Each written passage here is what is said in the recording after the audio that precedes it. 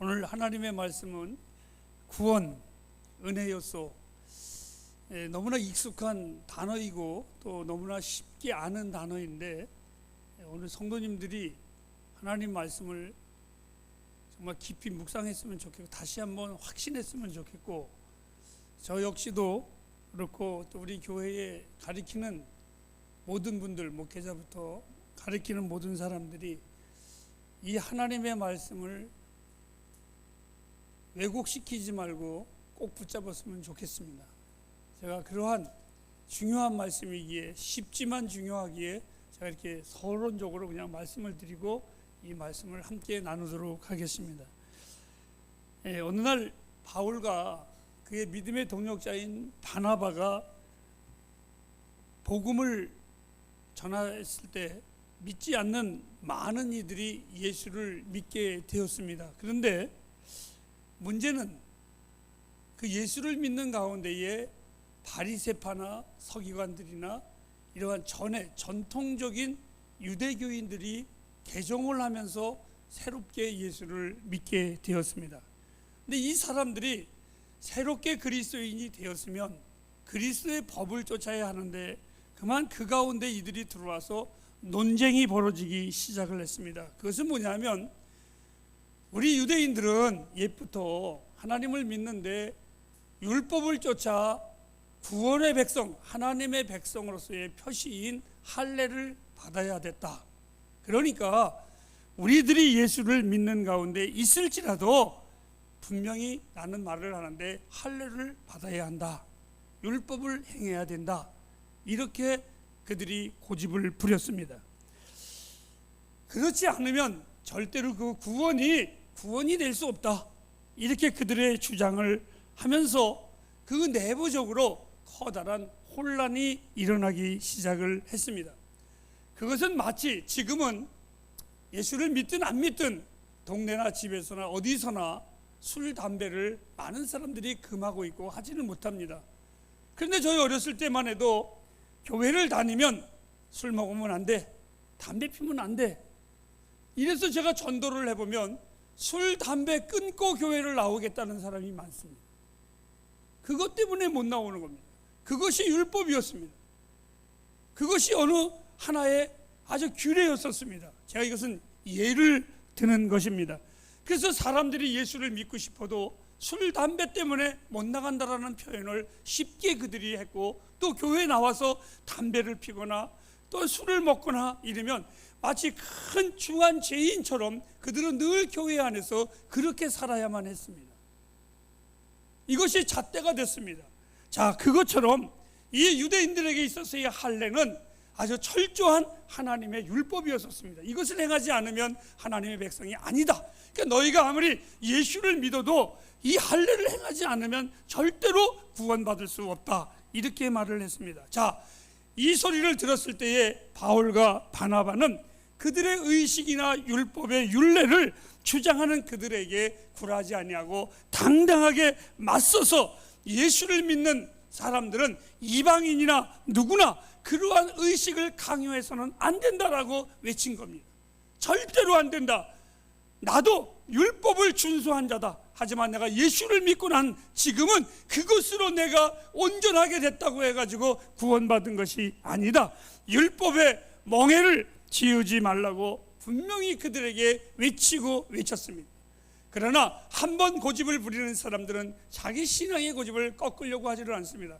그럴 때에 믿음의 대선배인 베드로에게 이들이 물어봤습니다. 베드로요, 왜? 베드로는 전에 한 번의 실수가 있었습니다. 이것도 행해야 되고 이것도 행해야 된다, 이런 말을 함으로 말미암아 바울에게 면박을 당한 적도 있었습니다. 그런데 이날따라 이 베드로에게 이들이 물어봤습니다. 베드로요, 당신은 어떻게 생각하십니까? 라고 물어봤더니 이 베드로가 이렇게 답변을 합니다. 유대인이나 이방인 사이에 차별이 없다. 우리는 그나 나나 동일하게 예수 그리스도의 은혜로 말미암아 구원받은 줄 믿노라, 이렇게 그는 단호하게 고백을 했습니다. 이것은 한마디로 말하면 베드로의 고백보다는 성령의 감동으로 그가 고백을 했습니다. 저는 오늘 이 본문의 말씀을 통해서 많은 교회들의 가르침이 그릇된 가르침으로, 아주 그럴듯한 가르침으로 기독교가 마치 믿는 대상만 다를 뿐 우상을 섬기는 사람들의 신앙 자세를 취함으로 잘못된 구원을 가는 사람들이 너무나 많이 있습니다. 고양이 300석을 바쳐야 신봉사의 눈이 떠진 것처럼 마치 우리들은 헌금도 율법입니다. 바쳐야 복을 받아, 이렇게 해야 구원을 받아, 이렇게 해야 믿음의 사람이야, 이렇게 우리는 많이 강조를 받습니다. 그러다 보니까 이 우상 섬기는 사람들과 우리들의 신앙의 자세는 거의 다를 게 없어요. 기독교인과 불교인 아니면 무속인 그 차이뿐이지 그 모든 섬김의 자세는 다 똑같습니다. 무속적인 겁니다. 자, 이런 가운데에 믿음의 견고함이 아니라 많은 그리스도인들이 흔들리며 신앙생활하는 사람들이 많습니다. 자기 기분대로, 자기 좋은 대로 믿는 사람들이. 그런데 오늘 이 말씀에 나타난 사도들의 고백을 통해서 사랑하는 우리 햇불가정 여러분, 분명하고 흔들림 없는 신앙 고백의 성도들이 되기를 다시 한번 바랍니다. 그런 의미에서 여러분이 너무나 잘 아는 구원관에 대해서 다시 한번 여러분 증거하도록 하겠습니다. 오늘 이 본문 말씀에 베드로가 이렇게 말합니다. 우리가 주 예수 그리스도의 은혜로 말미암아 구원받은 줄로 믿노라, 이렇게 고백을 했습니다. 이 본문에 저는 사도들의 진정한 신앙의 신조라고 저는 말하고 싶습니다. 사람들이 이 베드로에게 묻습니다. 당신은 무엇을 믿습니까? 라고 했을 때에 우리는 동일하게 주 예수의 은혜로 구원받은 줄로 믿노라, 단호하게 이는 고백을 했고 더 이상의 군더더기도 없습니다. 우리는 때때로 어리석고 허영심에 무의미하게 말과 행동을 보임으로써 마치 거룩한 자처럼 행동하는 교회와 목사님들의 행태를 볼 때가 많이 있습니다. 저는 너무나 인간적인 목사라는 거 여러분들이 잘 아실 겁니다. 저는 기분이 나쁘면 에이씨, 이게 먼저 나옵니다. 그러면 다른 분들이 저를 보고 이렇게 책망합니다. 목사가 그게 뭐야? 그런데 사실은 내 입에서 기분 나쁘게 말하게끔 만든 사람은 당사자거든요. 그래서 나는 거기에 그냥 반응을 했습니다.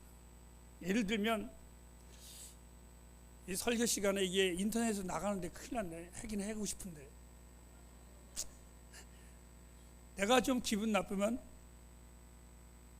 도구 새끼라고 합니다. 그랬더니 목사가 그게 무슨 말이야? 개새끼가 좀 거룩해야지. 그래서 제가 앞으로는 거룩하게 바꾸기로 했습니다. 성경적으로 독사의 새끼들아.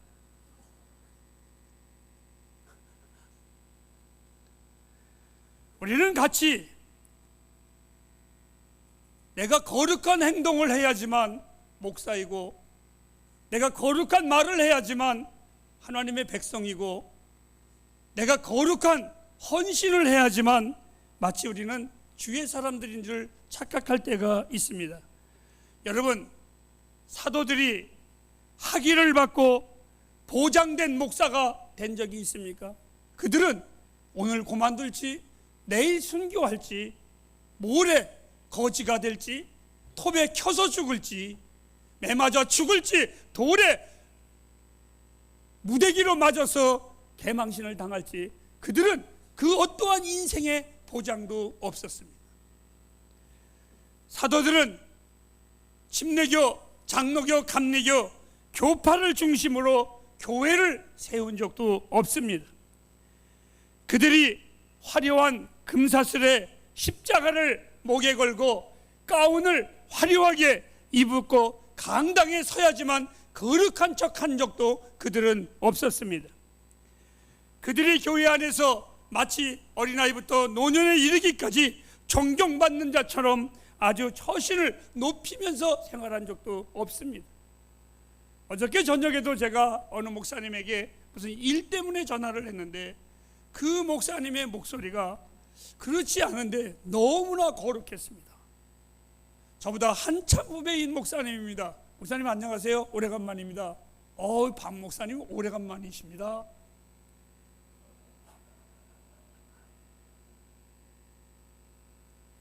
꼭 그렇게 해야 되나요?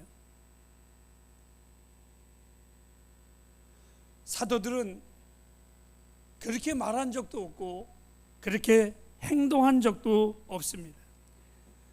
저는 오히려 이러한 모든 우리들의 겉모습으로 거룩하게 보이고 우리의 겉모습으로 정말 하나님 앞에서 서는 사람처럼 아무리 보인다고 할지라도 그것을 주제넘는 언행이라고 저는 말하고 싶습니다. 즉 우리들의 어떤 모습으로도 구원받을 수 없습니다. 여러분, 내가 여러분에게 아무리 좋은 언어로 설교해도 나를 구원할 수 없습니다.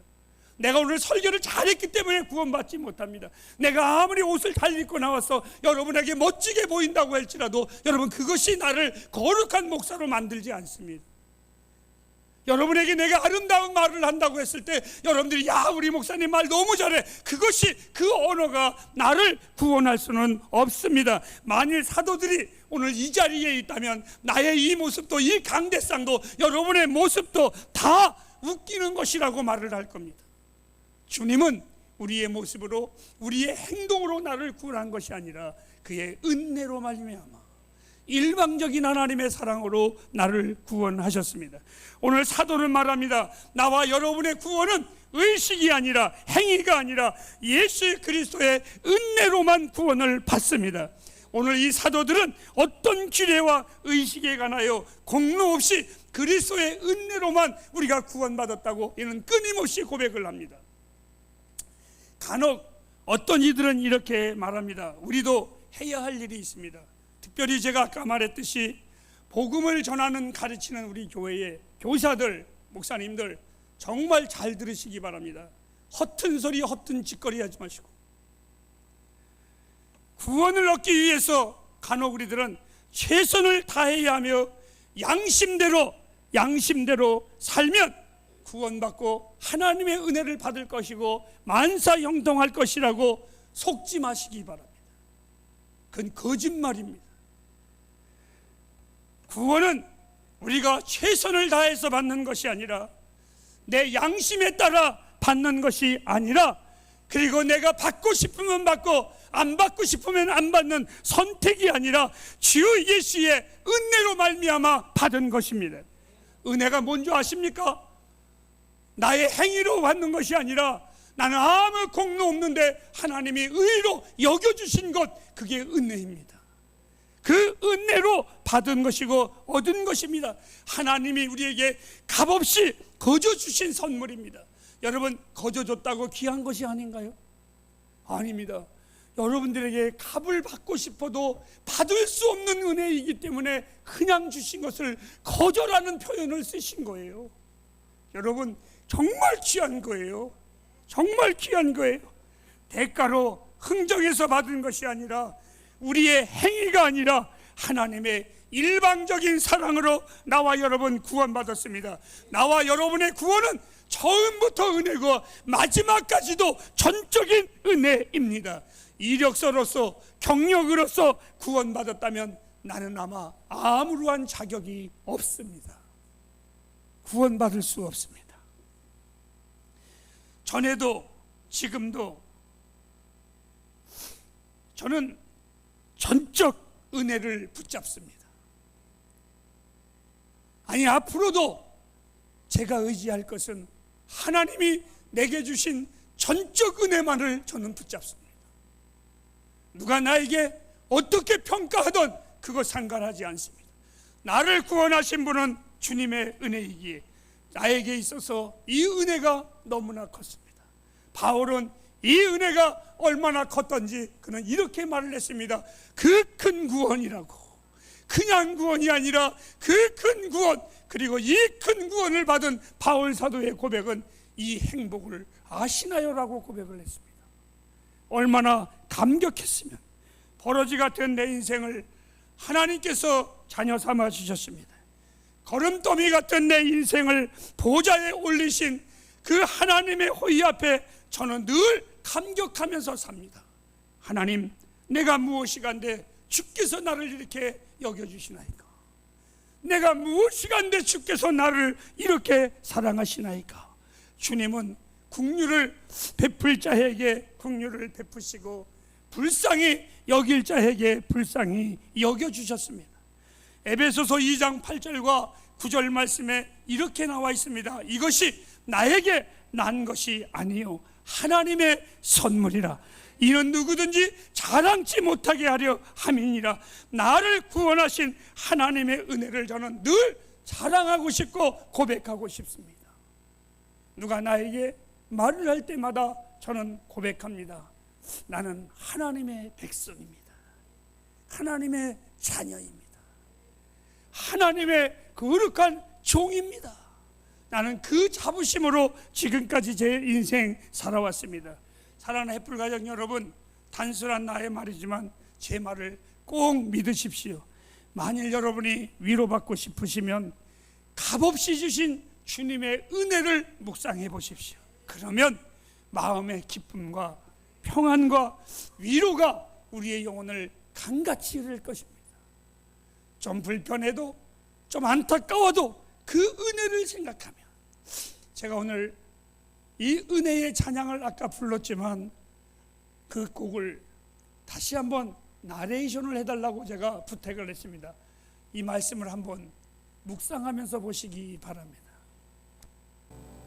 내가 누려왔던 모든 것들이, 내가 지나왔던 모든 시간이, 내가 걸어왔던 모든 순간이 당연한 것 아니라 은혜였소. 아침 해가 뜨고 저녁에 노을, 봄의 꽃 향기와 가을의 열매, 변하는 계절의 모든 순간이 당연한 것 아니라 은혜였소. 내가 이 땅에 태어나 사는 것, 어린 아이 시절과 지금까지 숨을 쉬며 살며 꿈을 꾸는 삶, 당연한 것 아니라 은혜였소. 내가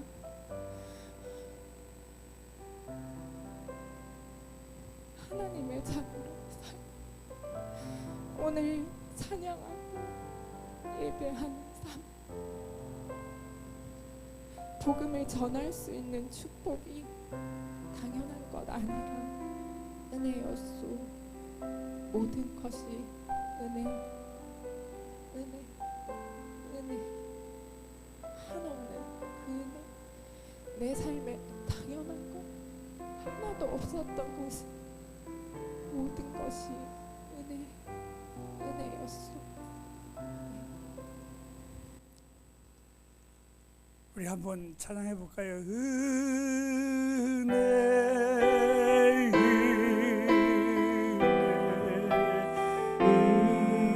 은혜, 한없는 은혜. 내 삶에 당연한 것 하나도 없었던 것은 모든 것이 은혜, 은혜요. 다시 한번 할까요? 은혜, 모든 것이 은혜, 은혜, 은혜, 한없는 은혜. 내 삶에 당연한 것 하나도 없었던 것을 모든 것이 은혜,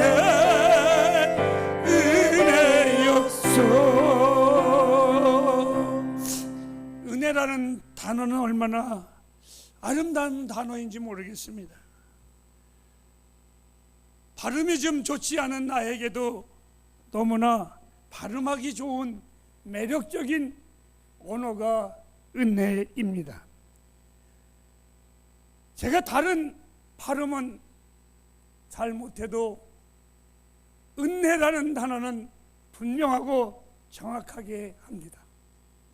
은혜, 나 같은 못난 인간에게 가장 적합한 말이고 버림받아 마땅한 나에게 얼마나 큰 기쁨의 함성인지 모르겠습니다. 사도들은 그리스도 예수의 은혜를 얘기할 때에 두리뭉실하게 안개 속에서 헤매듯이 그렇게 말하지 아니하고 분명하고 확고하게 우리가 주 예수 그리스도의 은혜로 말미암아 구원받은 줄을 확신하노라. 그는 분명했습니다. 많은 목회자들이 가르침에 하는 교사들이 말하는 언어 속에 여러분 절대 속지 마십시오. 설교는 만일이 없습니다. 설교는 그러나가 없습니다. 설교는 아마가 없습니다. 설교는 여러분들이 이렇게 하면 어쩌면 이런 단어가 없습니다. 설교는 구원은 하나님이 주시지만 우리가 어떻게 받느냐에 딸려서 이렇게 하면 받을 수 있고 저렇게 하면 못 받는다라는 언어도 없습니다. 이것은 불확실한 구원을 선포하는 비참한 그리스도인이 참 그리스도의 명예를 실추시키는 더러운 말입니다. 십자가의 공로를 추하게 만드는 것입니다. 구원받은 우리에게 수치스러운 말입니다. 다시 한번 말씀드립니다. 전적인 은혜로 구원받은 줄을 확신하시기를 바랍니다. 우리의 공로가 전혀 필요치 아니하고 전적인 주의 은혜만이 필요합니다. 전적인 주의 은혜만. 왜 제가 여러분에게 너무나 잘하는 이 구원의 확신을 전하는지 아주 단순하게 그냥 전하고 마치도록 하겠습니다. 사도행전, 사도들이 복음을 전하는 행전입니다. 그들이 전한 것은 병 낫고 능력 행하는 것을 전한 것이 아니라 예수가 우리의 구원자이다. 그런데 이 구원은 은혜로 받는 것이다. 이것을 전했다면 여러분 우리의 삶은 어떤 삶이 되어야 되겠습니까? 저는 나의 육신의 아버지가 55살 때 홀로 되셨습니다. 그리고 그 아버지가 저를 키우다가 어느 날 어떤 흥분되는 일이 내 삶에 있었을 때 아버지가 아들인 저를 보면서 이놈이 잘할까 염려하셨답니다. 그런데 제가 아버지에게 그날 밤에 이렇게 말했습니다. 아버지, 나는 아버지 아들입니다. 아버지 걱정하지 마. 내 아버지의 자랑스러운 아들입니다. 근데 훗날 저희 아버지가 저에게 이렇게 고백을 하셨습니다. 내 아들아, 내가 너무나 기쁜 게 있었단다. 하나는 내가 수없이 목사의 설교를 들었지만 내 아들의 설교가 제일 잘하더라. 두 번째로는 내가 그날 나에게 나는 아버지의 자랑스러운 아들입니다. 이 고백을 했을 때 아버지는 너무너무 좋으셨대요. 마음이 흥분됐답니다. 사랑하는 여러분, 하나님의 행복을 아십니까? 하나님의 기쁨을 아십니까?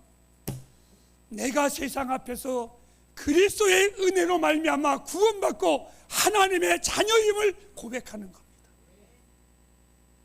나는 하나님의 자녀입니다. 은혜로 얻은 이 놀라운 구원을 경홀히 여기지 마십시오. 우습게 여기지 마십시오. 내가 하나님의 자녀라고 고백할 때에 그 하나님은 내게 말씀하십니다. 내가 너를 결코 떠나지 아니하고 내가 결코 너를 버리지 아니하고 세상 끝날까지 내가 너와 함께 함이라. 해프리요, 여러분이 구원의 백성임을 세상 앞에 선포하십시오. 기도하겠습니다.